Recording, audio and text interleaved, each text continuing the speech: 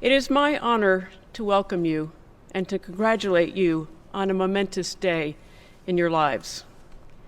It is important that we mark this day and take time for reflection.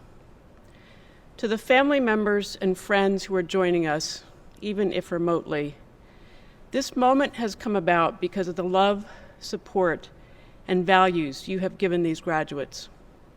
All of us owe you a debt of gratitude. Students, today you become a physician. You are no longer solely a student, but a lifelong learner and a member of a sacred profession. Today you will take an oath that affirms the commitments you make in joining this profession. Your class presidents have asked me to address you in the context of the extraordinary times in which we find ourselves. And so I would like to reflect on the lessons of the COVID-19 pandemic for all physicians, but for you in particular as graduates. First, we must view the COVID-19 pandemic in historical context. In the H1N1 influenza pandemic of 1918, just 100 years ago, 500 million people were infected and at least 50 million died. In World War II, 70 to 80 million, or 3% of the world's population died. In my own lifetime, 1.3 million died in the war in Vietnam. The year I graduated from college, a new disease, later discovered to be caused by the human immunodeficiency virus, was recognized. Since the beginning of the HIV epidemic, 74.9 million people have been infected and 32 million have died. The advent of antiretroviral therapies and many other new weapons to fight infectious diseases have given us a false sense of security in the last decade or two. Until today, infections due to SARS, MERS, Ebola, and Zika seemed like warnings. At the same time, we grew complacent about seemingly more mundane threats, such as an increasing incidence of infection due to multi-drug resistant organisms, or a pandemic of diabetes projected to affect 366 million people worldwide in the next 10 years. The COVID-19 pandemic has been extraordinary indeed, but it would be hubris to think that this is the last great challenge we will face. You will face many others. As physicians, you are making a pledge, in the words of the Declaration of Geneva, to dedicate my life to the service of humanity.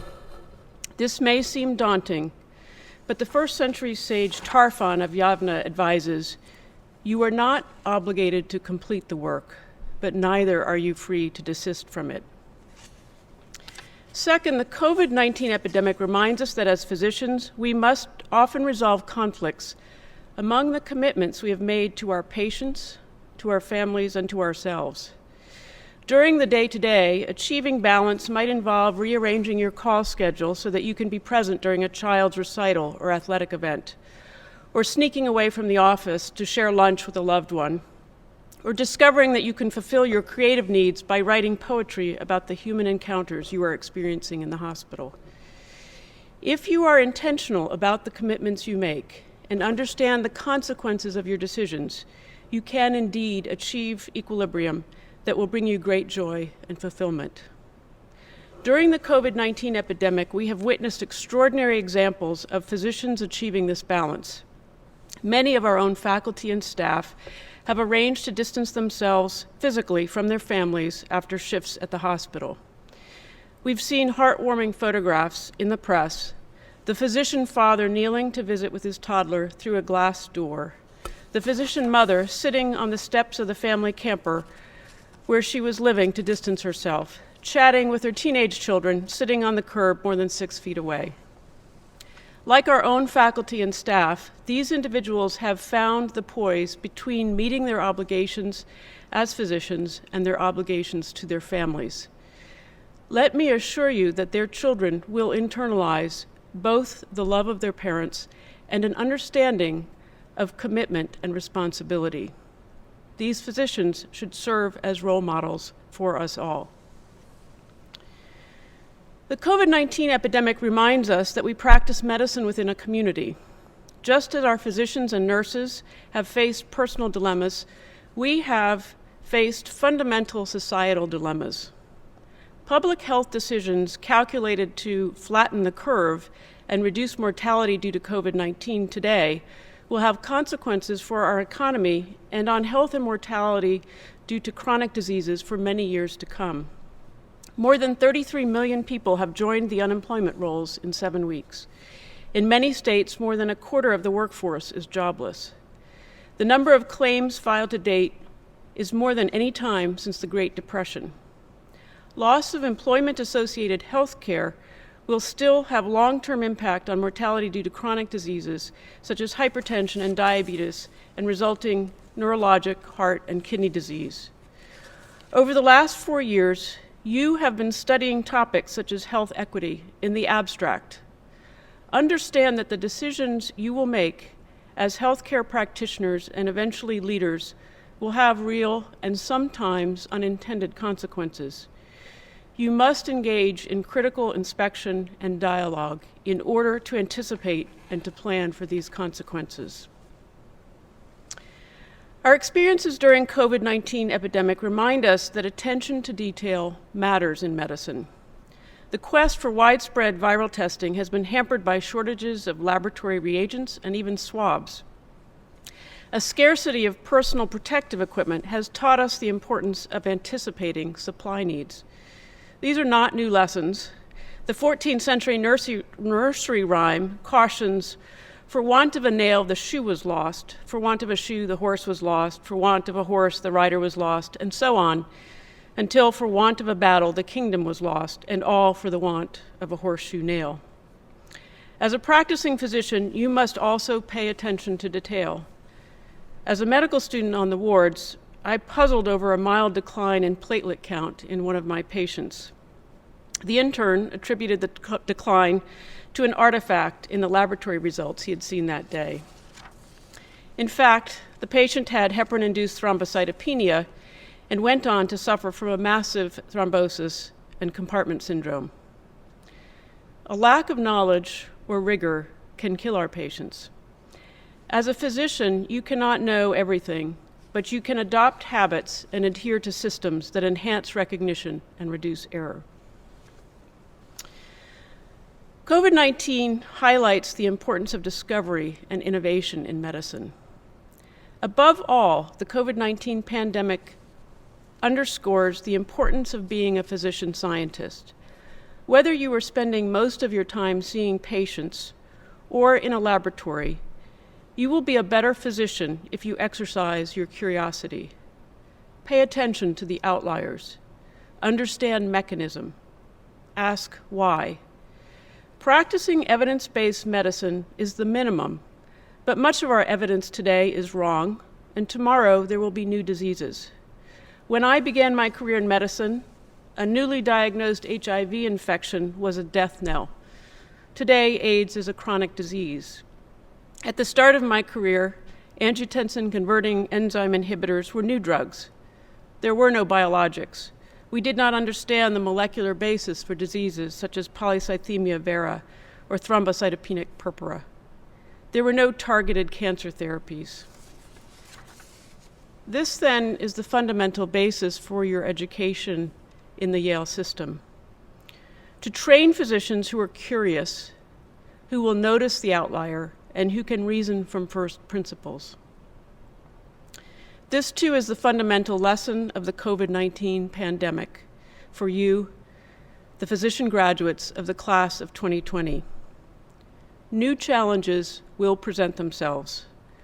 With commitment and awareness of the community you serve, from a place of balance, and with attention to detail and with curiosity, you will address each challenge and give hope to your patients and to us all. I wish you a most fulfilling career. Next, I would like to introduce Sonia Taneja and Ramzi Youssef, who were chosen by their fellow students to give the invocation. Following the invocation, there will be the Class of 2020 musical piece. Dearest classmates, families, friends, distinguished faculty, and deans, and to everyone tuning in today. Thank you for joining us, and welcome to the graduation ceremony of the Yale School of Medicine class of 2020. The last few months of medical school have not gone the way we expected. Instead of trips to Spain, spending time together at classmates' weddings, and last visits to Griffin's pub, our calendars swiftly changed to Zoom hangouts and more Zoom hangouts. And whether it was celebrating match day in your pajamas, attending online capstone lectures in your pajamas, or as I know many of you are doing right now, watching this very graduation ceremony in your pajamas, let us all recognize that the Yale School of Medicine stayed true to the Yale system up until the very end. But jokes aside, we must also acknowledge that we are living through an unprecedented time. Amidst the loss of anticipated traditions like the fourth year show and match day, there are other types of loss we are experiencing of the lives affected by the COVID-19 pandemic. We would be remiss to not recognize the loss of life around the globe, disparately impacting those already marginalized. And today, we become doctors and join a community of fellow healthcare workers, our friends, colleagues, mentors, teachers, who stand at the center of this pandemic. But throughout all of this, we must continue to see the light. For example, we have seen physicians of all types, from pediatricians to ophthalmologists, join their internal and emergency medicine colleagues in caring for patients with COVID. We've seen collaborations between scientists, physicians, and governments to investigate novel strategies to tackle the pandemic. We've also seen our fellow students donate time and energy to help fill the gaps for their communities through mutual aid, service, and supporting their families and friends. Through this time, we've stepped up in ways that are genuine and, given the context of this pandemic, incredibly strong. And that is what today is about. Celebrating each of us and the unique paths we have taken to get here. Celebrating years of hard work that we've put into becoming physicians. On behalf of the class, we'd like to thank everyone who's helped to make the best of both these past few months and the entirety of our education here at Yale. We would like to thank everyone in the administrative offices at the Yale School of Medicine for their guidance, our esteemed deans and class presidents for their leadership, the hospital and university campus operations staff for their support, the residents, attendings, and patients for our education, and finally, our friends and families for their encouragement. And to our fellow classmates, the country's newest physicians. Though we may be far from each other today, we take these next steps together. Congratulations to the Yale School of Medicine class of 2020.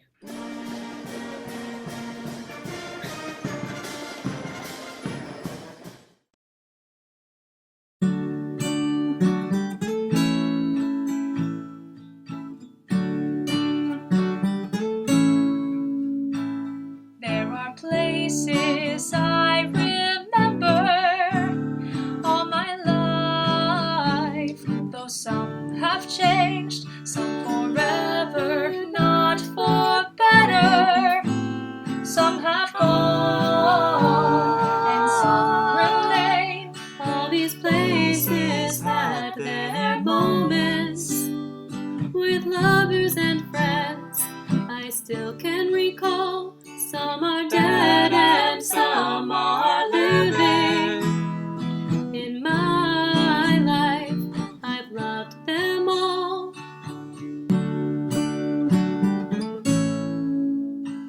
But of all these friends and lovers, there is no one compares with you, and these memories lose their meaning when I think of love as something new. Though I know I'll never lose affection for people and things that went before, I know I'll often stop and think about them. In my life, I love you more.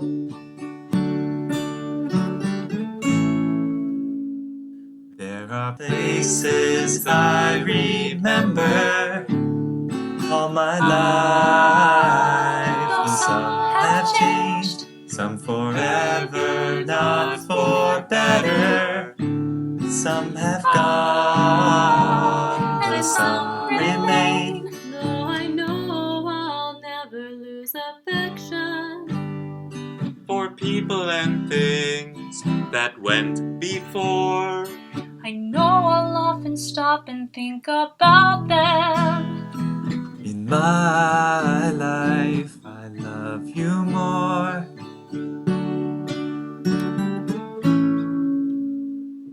In my life, I Love love you more.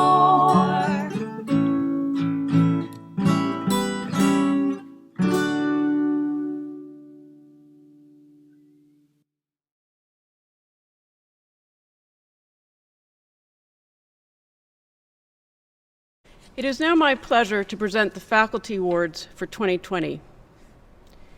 Teaching and those who excel at it are highly valued at Yale and form the cornerstone of the foundation on which this great institution is built. First, the Charles W. Baumfock Prize for Teaching. One prize is given to a faculty member teaching in the basic sciences and one to a faculty member teaching in the clinical sciences. Medical students and faculty members were asked to nominate deserving teachers. A committee consisting of faculty and students reviewed the responses and made the final selections. In the basic sciences, this year the award goes to Lloyd Cantley, Department of Internal Medicine in the Division of Nephrology. And the award in the clinical sciences goes to Cassius Iad Oshoa Char, Department of Surgery, Vascular Surgery. The Leonard Toe Humanism in Medicine Award, presented by the Arnold P. Gold Foundation, recognizes and honors a faculty member who has demonstrated particular compassion and sensitivity in the delivery of care to patients. This year, the award goes to Aniulai Anamalai, Department of Psychiatry. The Leah Lowenstein Award is presented annually at graduation to the Yale School of Medicine faculty member who is the model of a medical educator whose humane teaching reaches and influences all students, regardless of gender, race, or socioeconomic background. These are the traits espoused by the late Leah Lowenstein, a medical educator and first female dean of a coeducational medical school. This year, the Leah Lowenstein Award goes to Ann Reisman of the Department of Internal Medicine in the Division of General Medicine.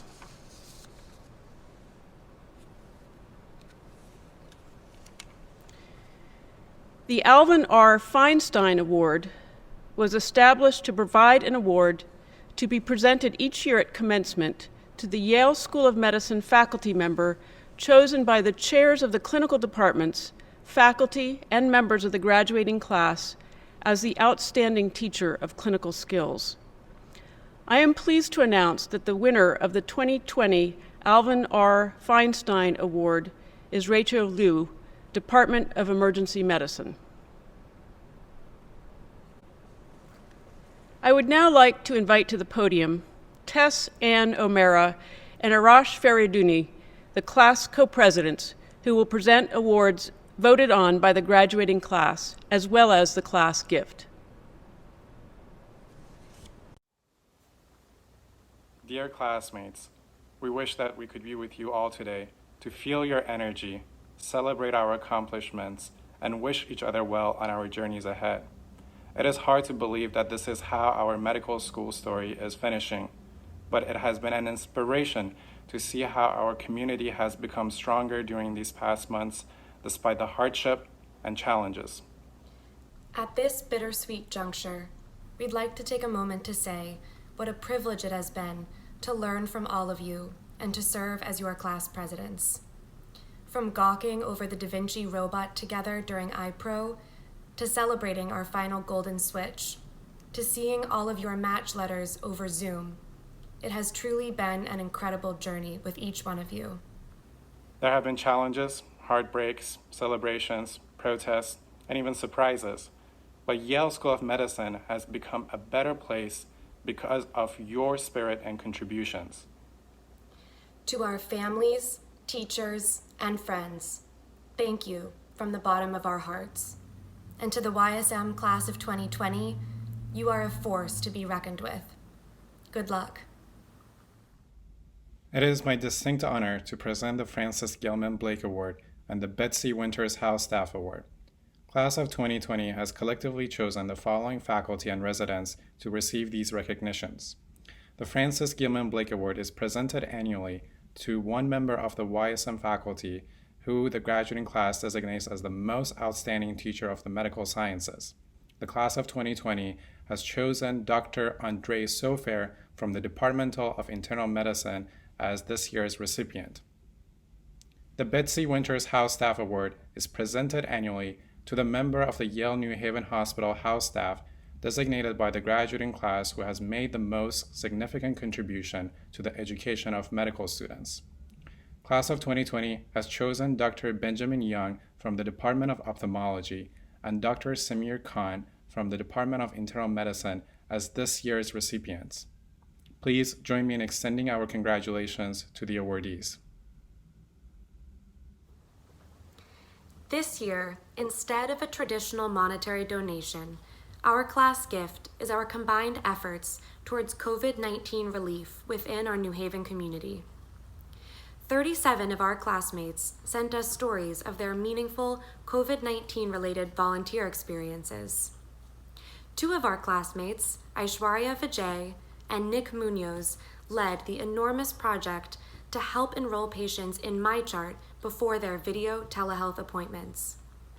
19 of our classmates reported that they joined Aishwarya and Nick in this effort.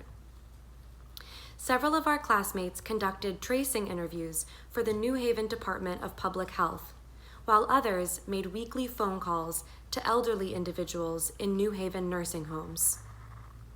One student reported that they helped with a project to collect daily sewage samples from around the city of New Haven to test environmental surveillance of viral transmission. Another student assisted with the national response to supporting housing insecure communities through the creation and sharing of organizational materials. We are so proud of our classmates' contributions to COVID-19 relief, and we hope that our community has benefited from these efforts.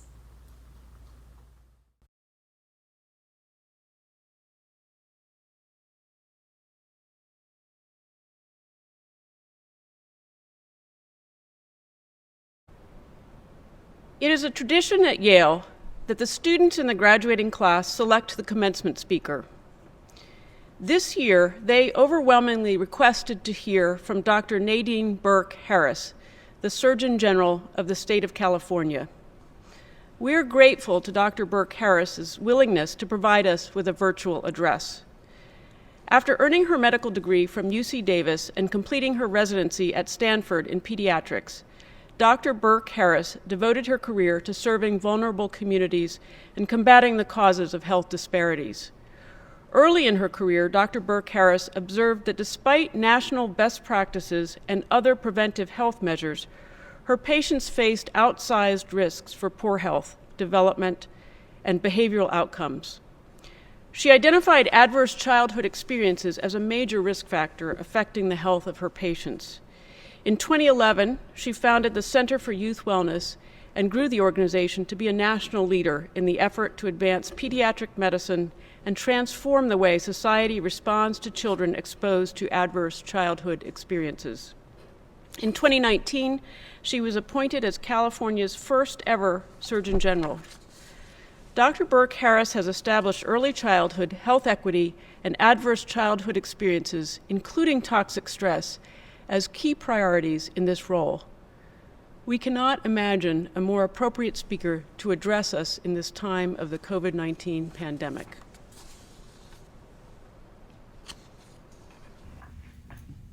It's an honor and a privilege to celebrate this monumental occasion with you during one of the most critical moments for healthcare professionals in our history. As aspiring doctors, we dream of the day we'll graduate from med school, of walking across that stage. Many of us carry not only our own aspirations, but the blood, sweat, and tears of the generations who came before us. While some of you may be carrying on a long-standing family tradition of medical practice, others are the first in your families to answer this call. More than half of your class is comprised of women, and nearly a quarter of you identify as underrepresented minorities in medicine. You hold the pressure and the promise of being the first or only person like you in the room. Today, I celebrate all of you, the class of 2020, and the richness that you bring to the profession. Personally, I come from a long line of proud Jamaican immigrants. When I graduated from medical school, pretty much every Jamaican in the greater Northern California area came to celebrate. So I can appreciate that alongside your excitement today, there's also a sense of loss. You can't be with your classmates, your families, your caravan. You didn't get to share the agony and the ecstasy of match day with the friends who have been in the trenches with you, and you aren't getting that well-deserved moment of relief at the end of the marathon when you get to pop a cork with the people who have helped you get through this time.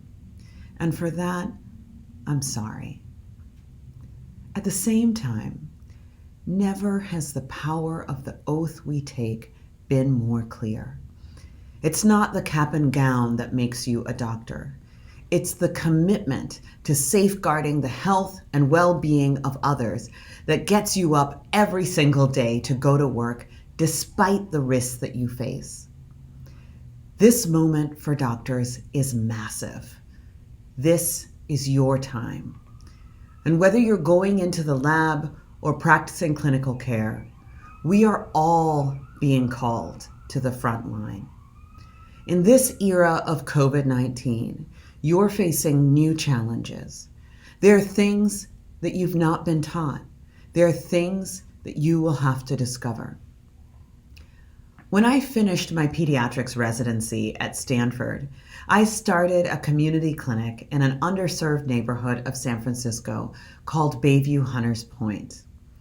As I examined my little patients, I noticed that the highest rate of behavioral problems and ADHD referrals were occurring in kids whose parents had drug addictions, mental illness, or who were the subject of violence or abuse at home. But it wasn't just their behavior. These kids also didn't do as well on the growth chart. They had higher rates of asthma and diabetes. I'll never forget 10-year-old Kayla. When I asked her mom about asthma triggers, could it be dust or pet dander or pollen? She said, "You know, doctora, I notice that my daughter's asthma tends to flare up every time her dad punches a hole in the wall." I was noticing a pattern, yet I just hadn't connected the dots yet. Now, there's a widely known parable that I learned on my first day of public health school, and it goes like this. If 100 people drink from the same well and 98% of them develop diarrhea, well, you can write that prescription for dose after dose of antibiotics, or you can stop and ask the question, what the heck is in that well? So as I threw myself into the research, I found overwhelming evidence that cumulative adversity, particularly during the critical and sensitive developmental periods of childhood, actually changes biology. The landmark Adverse Childhood Experiences, or ACE study, conducted by the CDC and Kaiser Permanente, refers to 10 categories of traumatic events, ranging from physical, emotional, or sexual abuse, physical or emotional neglect, or growing up in a household where a parent was incarcerated, had mental illness, addiction, divorce, or domestic violence. And what the ACE study showed was revelatory. Two things. Number one is that these ACEs are incredibly common.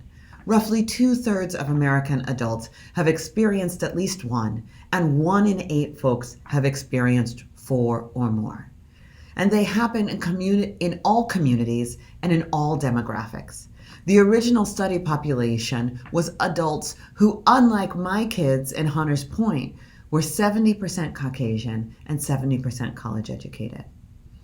But the second thing the study showed was that there's a dose-response relationship between ACEs and some of the most harmful, persistent, and expensive health conditions facing our nation.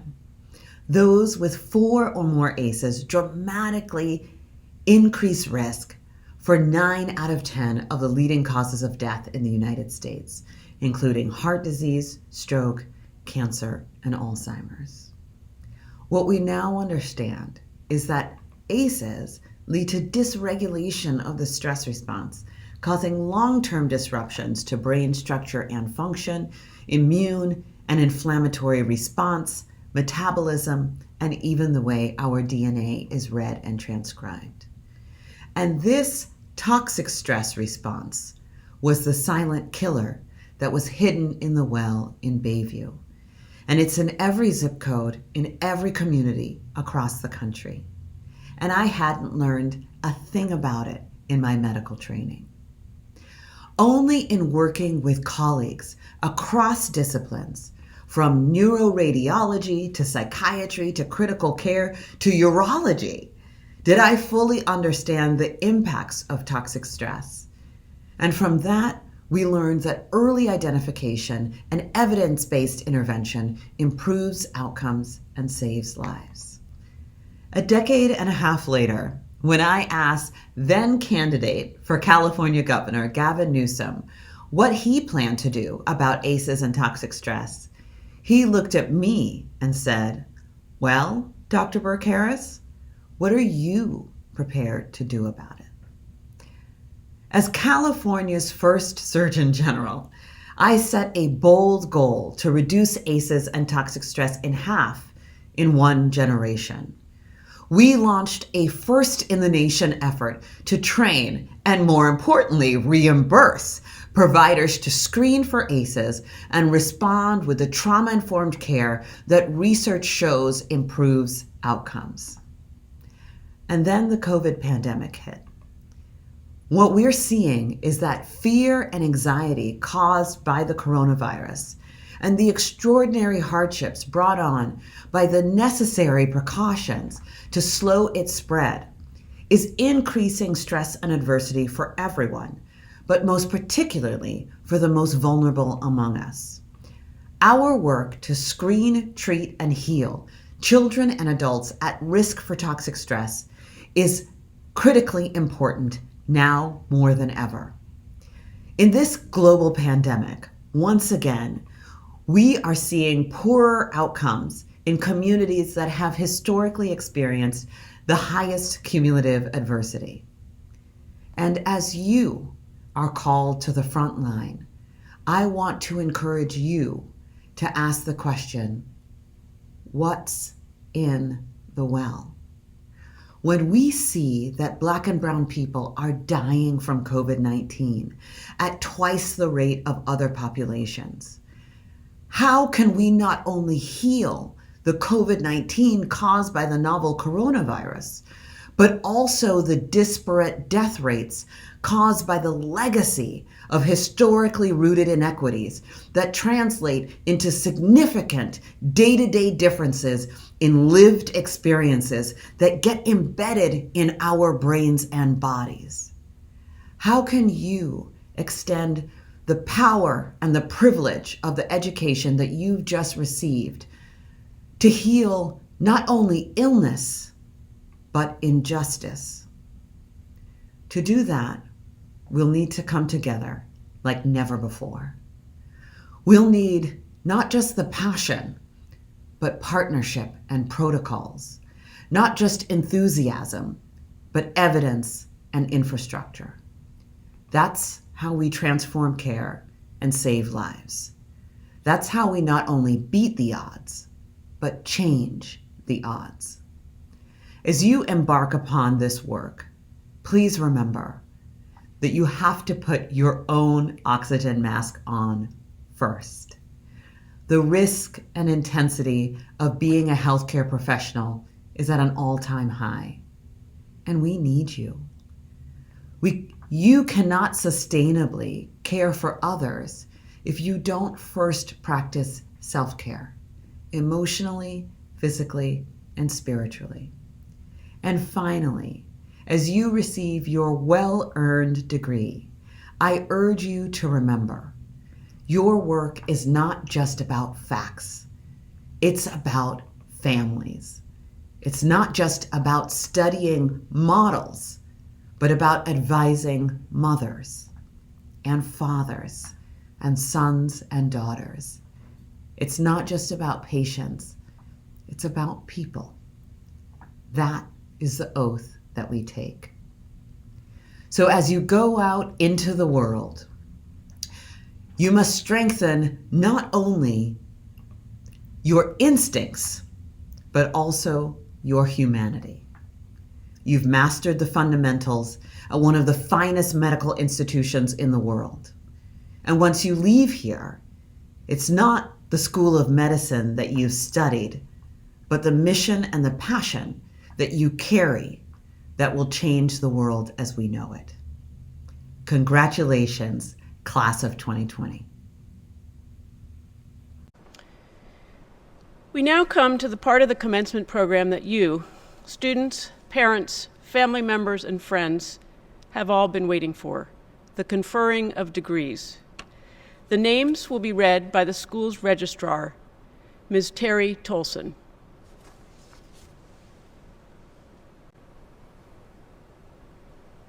Thank you, Dean Brown. I will now present the graduates of the Yale School of Medicine, Class of 2020. Dr. Sarah Barbara Abdallah.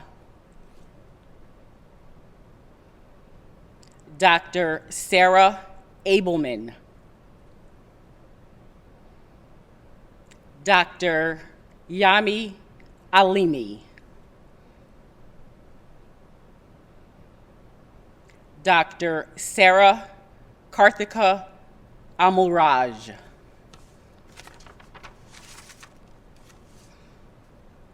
Dr. Niantara Anderson.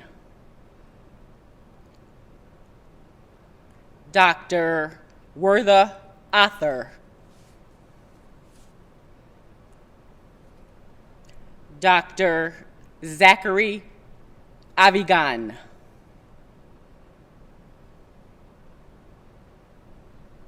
Dr. Brian Alexander Barron.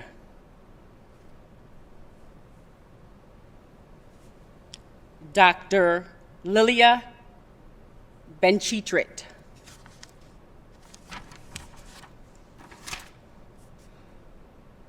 Dr. Philip Braun. Dr. Christina Marie Kelly Brown. Dr. Sean Cahill. Dr. Edwin Y. Chan. Dr. Eric Chen.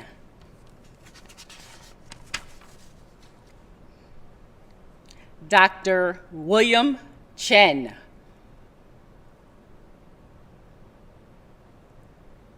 Dr. Cheyenne Cheraglu. Dr. Dervin Jr. Cunningham.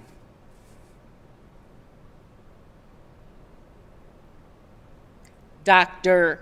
Nisha Sandeep Dalve.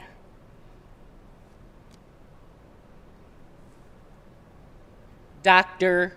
Keval Niraj Dase.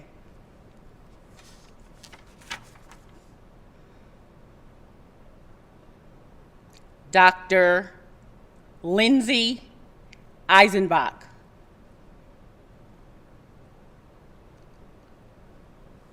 Dr. Thais Fagion Vignola.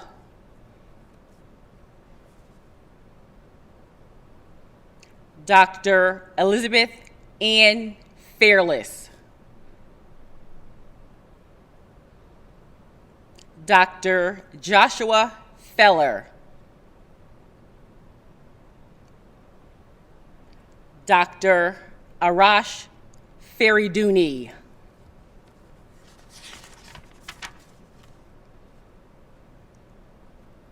Dr. Michelle Ferreira.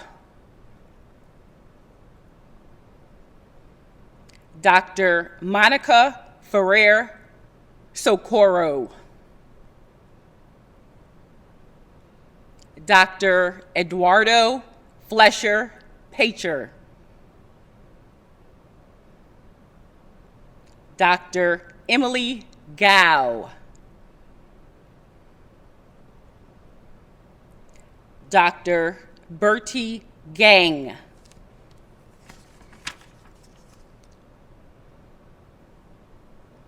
Dr.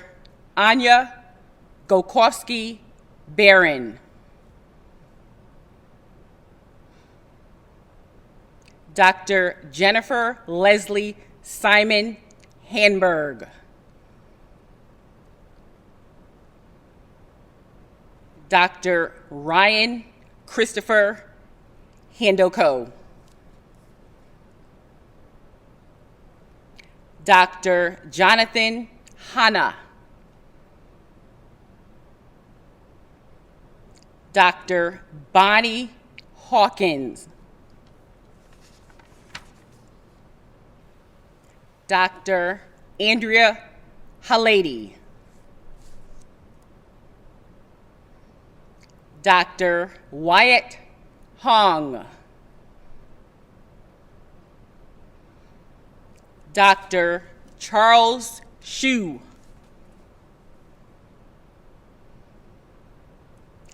Dr. Jamie Hu Daniele. Dr. Patrick Huang. Dr. Lucy Hui.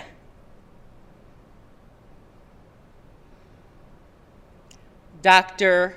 Isabel Ilagan Ying. Dr. Kayla Isaacs. Dr. Isaac Johnson. Dr. Maisha Khan.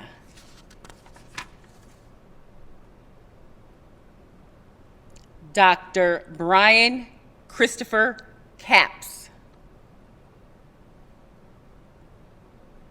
Dr. Jake Keeney. Dr. Siwan Kim. Dr. Christina Marie Clara. Dr. Matthew Klebanoff.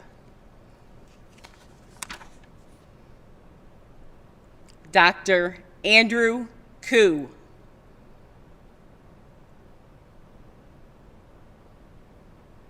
Dr.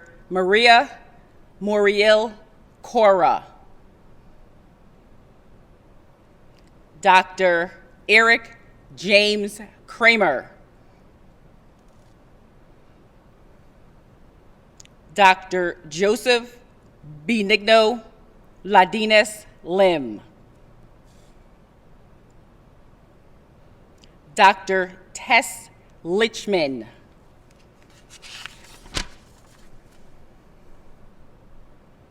Dr. Louisa Liu.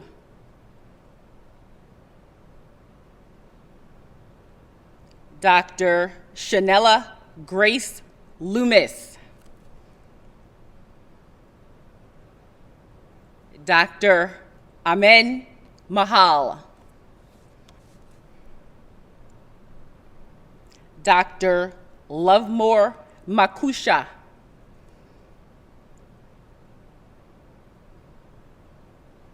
Dr. Manib Mohideen,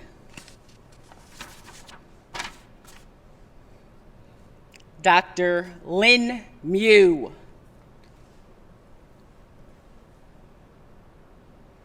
Dr. Nick Munoz, Dr. Nikitha Murali,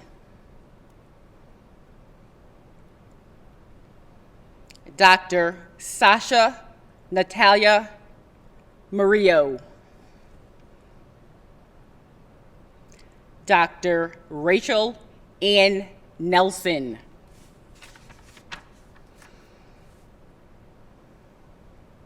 Dr. Eli Neustatter, Dr. Belinda Nundu, Dr. Ashley O'Day Afate, Dr. Tess Ann O'Meara,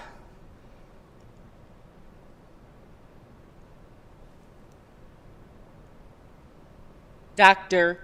Kimberly Ona Oyela, Dr. Caitlin Mackenzie Palmer Chow, Dr. Neil Patuk, Dr. Thomas Porterez,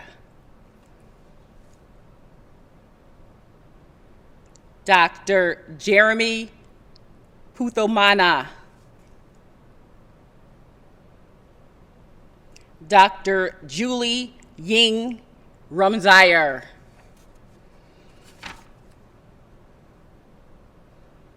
Dr. Doug Rio,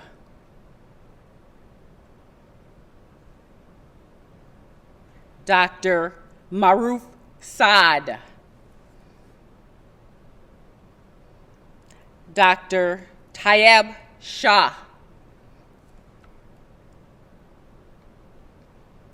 Dr. Madison Blair Sharp, Dr. Andy Silverman,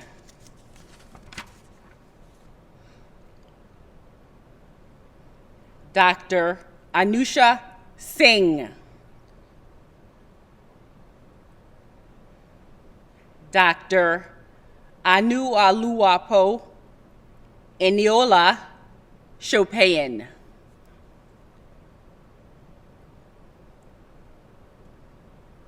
Dr. Ram Sundarish, Dr. Sonia Taneja, Dr. Melissa Thomas,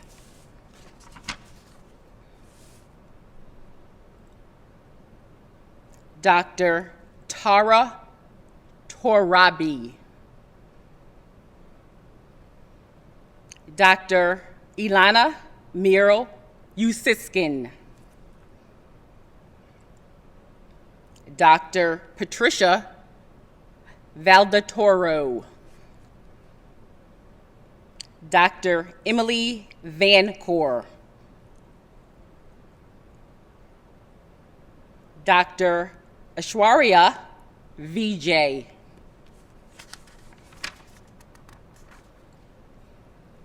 Dr. Dennis Wong, Dr. Mike Wong, Dr. Peggy Wu, Dr. Xiao Wu, Dr. Ramzi Yusuf, Dr. Yape Rosie Zhang, Dr. Jack Zhao, Dr. Melissa Song Jo. The following graduates are receiving both the MD and PhD degrees. Dr. Alexandra Ellen Albert, Dr. Greg Brewer, Dr. Ramik Kuswarvi, Dr. Alice Ma Lee, Dr. Young Lim, Dr. Christina K. Lin, Dr. William Ulysses Meyerson, Dr. Adele Ricciardi, Dr. Alexander Nicholas Scherer,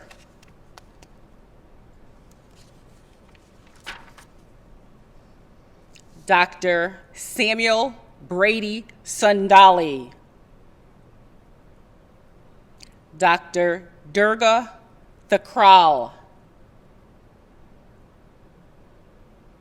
Dr. Min Than, Dr. Rebecca Treger,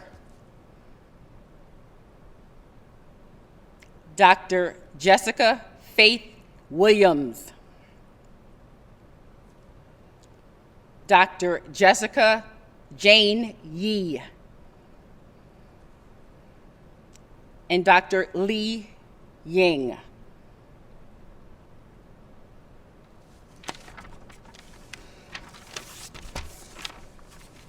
At this time, we would like to acknowledge our other joint degree graduates and the recipient of their certificate in global medicine.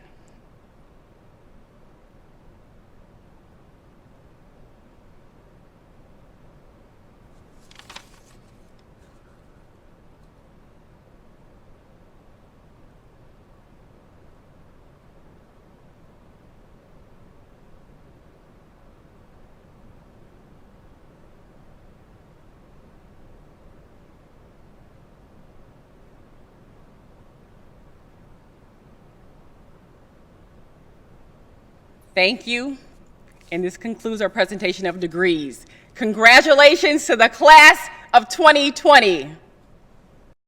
I would now like to introduce Dr. Nancy Angoff, Associate Dean for Student Affairs, who's now going to present the class of 2020 Yale Physician's Oath.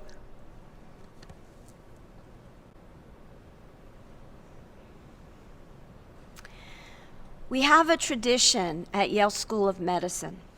The students in the graduating class write their own oath.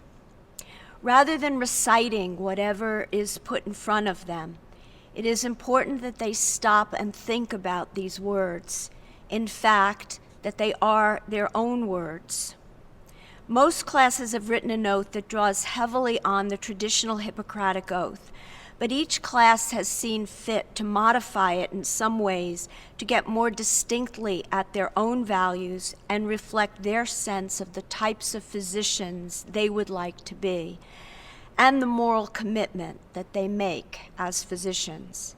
In addition to considering the traditional Hippocratic Oath, oaths of past graduating classes, the World Medical Association Declaration of Geneva Physician's Oath, the Oath of a Muslim Physician, the Prayer of Maimonides, and the Imperial College of Medicine Declaration of a New Doctor, this class met to discuss what individual members considered the most important values to express in their oath. Another tradition was born several years ago when students realized that no single oath could meet the needs of every graduate. Therefore, following the recitation of the oath the class has written, we will have a moment of silence during which time each graduate may make additional personal pledges. I now call on the class of 2020 to pledge the class of 2020 physician's oath. After the oath, there will be a moment of silence.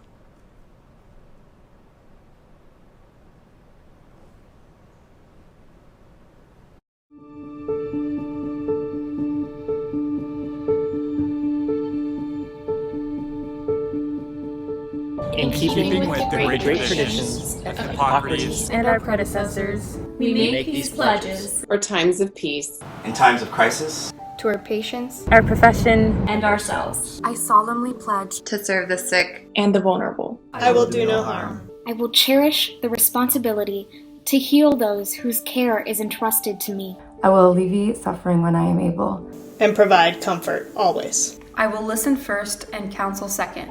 I will be an ally to my patients and our community in the pursuit of our health and well-being. I will undertake this sacred profession with humility. I will always be truthful, recognize the limits of my knowledge without shame, and seek guidance when uncertain. I will follow my profession's ethical principles and my own dedication to virtue, focusing above all on the duties and obligations I have to each individual patient. I will never turn away a patient in need. I will remember that much of health is shaped by structures of power, inequality, and discrimination, which cannot be corrected by the prescriber's pen or the surgeon's scalpel. I will commit to being a voice for justice. I will recognize where a profession perpetuates injustice and will promote an equitable practice. I will provide care free from judgment and prejudice by working to uncover and correct my own biases. As physicians, we will maintain a lifelong desire to learn, challenge, and advance the armamentarium of medical knowledge to improve patient care. We will share that knowledge with those who come after us, while maintaining the utmost respect for their integrity and passion. We will pay our teachers respect and gratitude. Our colleagues will be our family, and we will honor them. Acknowledge the sacrifices that they make and lend them a helping hand. In times of peace and in times of crisis, we will strive to be the voice of sound scientific judgment. We will promote public health and safety and oppose anything that compromises humanity. We will recognize that we must make difficult decisions about resource distribution in times of crisis. Yet we will afford every patient the dignity and respect of the human condition. We will remember that without tending to our own physical and mental health, we cannot tend to the suffering of others. We will advocate for the safety and well-being of one another in the face of cynicism and exhaustion. We will seek harmony between the practice of our art and the joy of our lives. With these words, from this point forward, we bind ourselves together in the practices of medicine and surgery. I make these promises freely and upon my honor.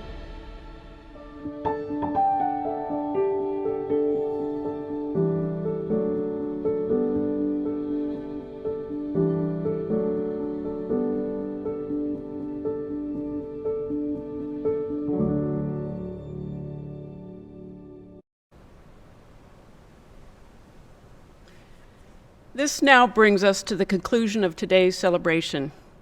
On behalf of Yale University and the School of Medicine, I congratulate the newest doctors and alumni of the Yale School of Medicine. I wish you the best in your career and know that you will bring much honor and pride to your families and to our school. In my life, I love you more.